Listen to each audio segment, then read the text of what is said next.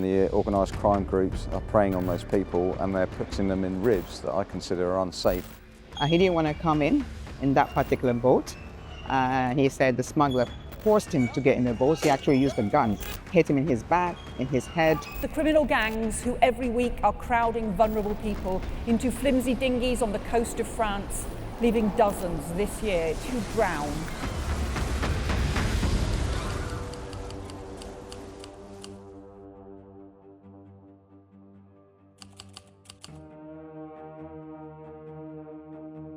The problem that we're trying to defeat is a transnational, complex, complicated and wicked one. People thinking that they're coming over here as carers, then end up going into kind of sex work. It's not what it is that's sold to them originally. Criminals do not respect borders. These gangs aren't like narcos or the mafia. They're much more flexible. You arrest one bunch of them and immediately there are more people there. There isn't one thing which will solve the organised immigration crime. It requires concurrent pressure in a number of different areas at the same time. And nothing can be done in a vacuum. I mean, no country can go it alone. My name is Martin Hewitt and I am the Border Security Commander.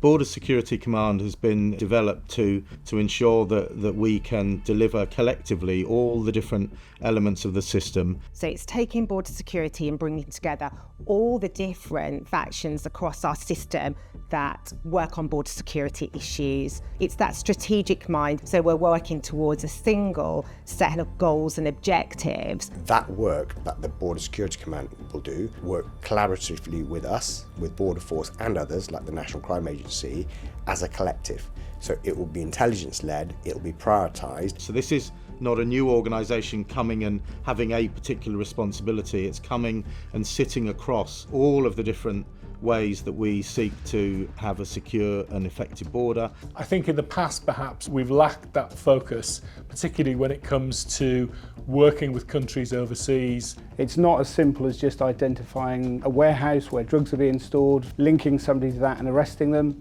The parts of the evidential jigsaw are spread across Europe and much further afield. These crimes are being committed in France, in Netherlands, in Germany, and we'll need to rely on our international partners to identify, arrest and prosecute these individuals. And that's the focus that the Border Security Command also brings. We've also got the advantage that the government are very clear about how they want to reset the relationship with the European Union, and there's been a lot of really great interaction happening. It's also looking at our asylum processing and our immigration enforcement, so that the whole kind of migrant journey is within the purview of Border Security Command, and that's not something that we've really had before.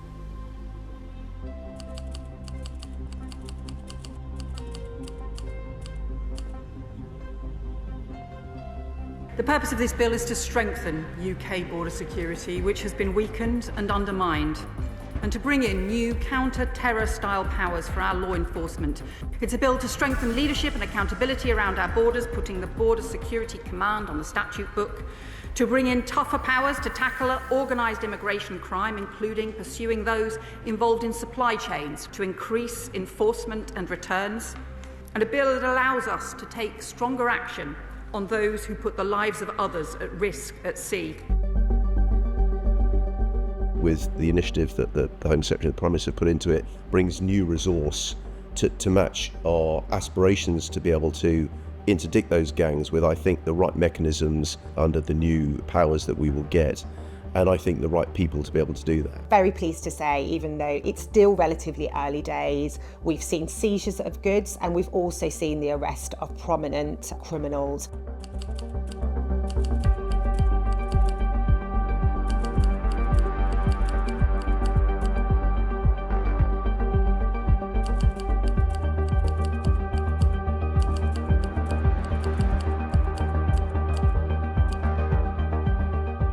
The most significant success, which really encompasses the business model and describes best what we can do and what we need to do at scale, was our Operation Punjam against an individual called Rahimpur. Now, that individual moved thousands of migrants and large quantities of equipment which we used to transport those migrants to the UK. That effort involved hundreds of officers with Europol and a range of international partners in Germany, Belgium and France. That operation is a great example of the kind of work that I will be using my role as Border Security Commander to ensure that we are coordinating across the system. The recent agreement that's been signed with Germany, that means that Germany will be able to use its legislation to stop the transit of small boats materials going through Germany. Replicating that regularly and at scale will be what actually tips the balance in our favour and against the small boat smugglers. I'm determined to deliver, and I'm confident that how we're going about that will give us the best chance that we've got of success.